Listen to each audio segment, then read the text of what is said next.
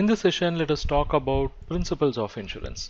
There are actually various or several principles that are governing the insurance business, but in this session, let's focus on very few important of them.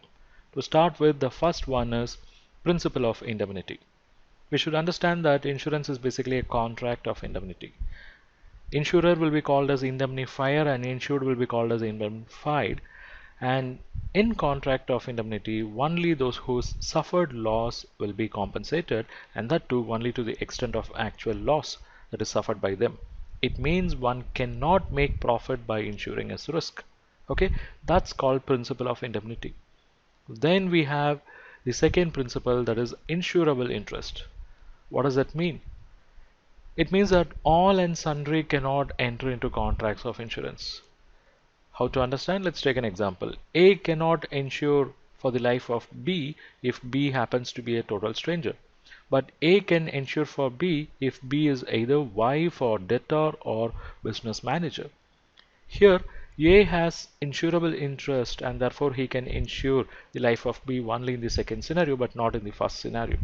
Okay, so for every type of policy, this insurable interest is insisted, and if this is not there, then it would result in vagrant contract.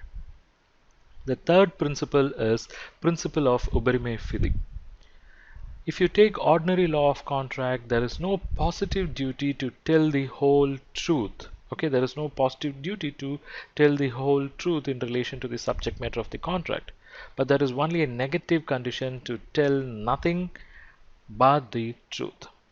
Okay, whereas in case of contract of insurance, there is an implied condition that each party must disclose every material fact which are known to him, and this is because all contracts of insurance are contracts of uberrimae fidi. That is, we can say they are contracts of utmost good faith. Now, why this is required? This is required because the assessment of risk and determination of premium by the insurer actually depends upon the full and frank disclosure of all material facts in the